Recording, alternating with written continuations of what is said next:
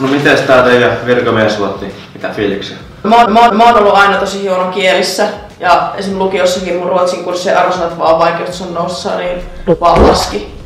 Joo, mulla oli itselläkin vähän samaa lukiossa. Huomasin, että numerot alkoi tippuun alaspäin, kun ei ollut yhtään motivaatiota. Ja olin alkuun muutenkin asennoitunut vähän ennakkoluuloisesti tuota ruotsia kohtaan. Niin Itellä lähtötasot oli aika huonot. Mutta nyt tämän kurssin edetessä niin ne on vähän noussut, mutta kyllä sitä vähän mietitty, että tää tulee kun pääsee testistä läpi. No kutsutaanko Toni Lehtimäki pitää meille pajaa? Se on kuulemma hyvä motivaattori. Joo, kuulostaa kyllä hyvältä. Juu. Morjesta, se on Lehtimäen Toni tässä. Joo, Lehtimäen Toni tässä, mori. Se on Lehtimäen Toni tässä, tervehdys. Mä sain mielenkiintoisen keissin. Pro Akatemian opiskelijat otti yhteyttä. Motivaatio hukassa ja pitäisi saada enemmän motivaatiota. Ja tää oli se, millä lähdettiin sitten viemään workshop-ideaa eteenpäin. Eli 4 tunnin workshopi. Ja tässä lyhyesti käyn läpi, mitä me ollaan workshopissa tehty. Eli nyt jos meillä on motivaatio hukassa, meidän pitäisi lähteä toteuttaa jotain projektia, tavoitetta kohti, joka ei lähtökohtaisesti kiinnosta, niin paras strategia minun mielestä on itsensä hallintastrategia, mikä sisältyy itsensä johtamisen teoriaan. Eli me käytiin ensimmäinen tunti itsensä hallintastrategioita läpitte, jonka jälkeen mulla oli väkeviä, voimakkaita kysymyksiä, eli mä coachasin koko porukkaa ryhmäcoachaussessiona, jotta me saadaan sitä teoriaa vietyä jo lähemmäs käytäntöä, jonka jälkeen oppilaat alkoi sitten itse viemään käytäntöön. Eli ottaa enemmän steppejä tietoa kohti taitoa, eli miten me hyödynnetään sitä tietoa.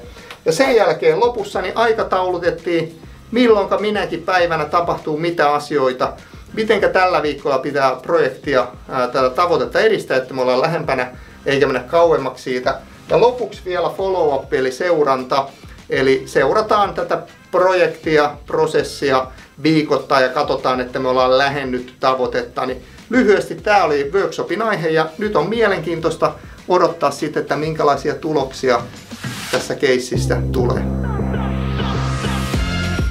Joo, kiitos Toni. Tosiaan mä tein tämmösen reflektoinnin tästä koko setistä ja miten mä näin tämän. Ja siis mun mielestä mulla tuli toi vika kysymys eniten tosta mieleen, että mitä voin tehdä, että mun sitoutumisen taso nousee. Ja siihen mä sain vastaukseksi, että kun mä näen sen onnistumisen ja se hyvä fiiliksi, mitä mä saan sitä onnistumisesta, niin miten mä käytän sitä hyväksi. Eli käytännössä mä teen joku jutu, mä onnistun siinä, mä näen, että mä oon onnistunut siinä, mulla on hyvä fiilis, niin miten mä saan siitä vaan lisää semmoista niinku bensaa siihen mun rakettiin, ja että homma jatkuu eteenpäin ja mennään steppejä ylöspäin. Tulin just kotiin tuolta Tonin pajasta ja pitkästä aikaa oikeasti semmonen fiilis, että mä saatan suoriutua jostain kielen opiskelusta, että oikeasti motivaatiota lähtee opiskelemaan ruotsin tenttiä varten.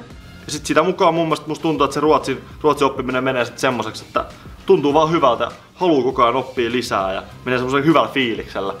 Että hei hitto, pakko päästä taas oppia lisää ruotsia. Toi oli kyllä hauskaa, mulla oli hyvä flow päällä tässä ja raketti menee eteenpäin. Mulle tuli pitkästä aikaa, yksi päivä kun mä tein noita quizzetteja, niin mulle tuli pitkästä aikaa oikeesti silleen, että mulla meni tunti niin kuin ihan tosi nopeasti silleen jonkun kielen parissa tavallaan normaalisti opiskellessa. Niin siitä kyllä yllätyin, että pääsin ihan semmoiseen flow-tilaan. tuntuu siltä, että nyt on taas motivaatiota ylittää itsensä oikeasti. Semmoinen tahto ja halu on ollut tässä niin kuin viime viikon ja tämän koko ajan. Tajua, että pystyy paljon parempaa. Ja omat limitit ei ole siinä, mikä on jäänyt oikeasti. Jes, ruotsin tentin tulokset tuli ja on hyvin tyytyväinen mun omaan suoritukseen. Meni paljon paremmin, mitä mä kuvittelin.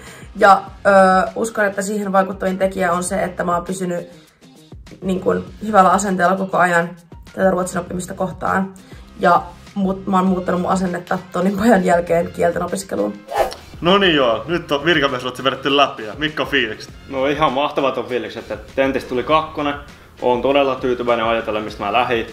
Joo. Ja joo, ihan huippu. Mahtava kuulla. Hei, mitkä on semmoset 2 pointtia, mitkä sun päällimmäiseksi jäi mieleen? No Toni opetti semmoisen smart-kaavio ja siinä oli muun muassa tämmönen mitattava osuus. Okei. Niin mä mittasin joka viikko mun osaamista tenttaamalla ja päivittäin harjoittelemalla. Okei. Ja myös semmoinen tavoitteiden pienemmäksi pilkkominen Okei. auttoi tosi paljon. Okei, mahtavaa. Entä sulla? Itellä käytin näitä samoja malleja jonkun verran avuksi. Aluksi oli ideana, että saisi jonkun ykkösen ja pääsisi läpi tai muuta. Mutta loppujen lopuksi sieltä tuli 3, pärjätti hyvin. Ja yksi mikä jäi mun päällimmäisenä mieleen oli ACT. Eli tämmönen, jos mä vaikka lukisin pelkästään jotain kaavioita, mä en ikinä tekisi mitään, niin mä en opi niistä mitään. Mä taisin sitä mitään koittaa, mitä yrittää näitä, testaa näitä. Sen kautta taisin, että hei, tältä se löytyy. Mä löysin mulla oman kaavio ja 3 pärähti kokeesti. Come on!